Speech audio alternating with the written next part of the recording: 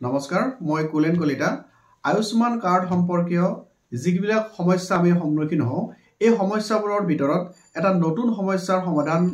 সূত্ৰ লৈ মই আপোনালোকৰ ওচৰত উপস্থিত হৈছো আৰু হেতু হৈছে যে এনেকুৱা ধৰণৰ আয়ুষ্মান কাৰ্ড যেতিয়া আমি বিতৰণৰ কাৰণে আমাৰ হাতত মজুত থাকে তেতিয়া এই মানুহবোৰক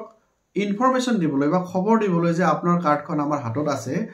এখন আমাৰ লিষ্ট থাকে যিখন লিষ্টত সেই মোবাইল নাম্বাৰবোৰ মানুহজনৰ এগেইনষ্টত দিয়া থাকে কিন্তু কোনো কাৰণত যদি সেই কাগজখন হেৰাই যায় বা নষ্ট হৈ যায় বা প্ৰিন্টিংত কিবা প্ৰবলেম থাকে যাৰ ফলত আমি এনেকুৱা মানুহ এজনক আমি খবৰটো দিব নোৱাৰো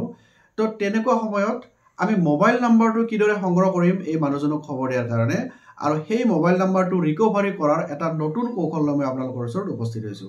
আৰু হেতু অতি সহজ আৰু কম সময়তে তাক মানে বিচাৰি উলিয়াব পাৰি সো হেতু হৈছে যে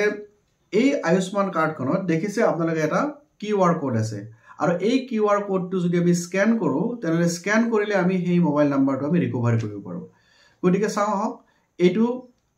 টান কাম নিশ্চয় নহয় কিন্তু কৌশলটো যদি আমি ব্যৱহাৰ কৰো তেতিয়া হলে যি কোনো কাৰ্ডত থকা মানুহৰ মোবাইল নাম্বাৰবোৰ আমি ৰিকভাৰ কৰিব পাৰো সো মই এটা আপোনাক উদাহৰণ হিচাপে দেখুৱাই দিব বিচাৰিছো ধৰিলক এখন আয়ুষ্মান কাৰ্ড মোৰ হাতত আছে এই মানুহজনক খবৰ দিবলৈ মোৰ হাতত কোনো ধৰণৰ মোবাইল নাম্বাৰ বা ইনফৰমেশন নাই সো তেতিয়া মই কি কৰিব লাগিব সো এনেকুৱা মই এটা স্মাৰ্টফোন ল'ব লাগিব আৰু এই স্মাৰ্টফোনত আজিকালি এটা মানে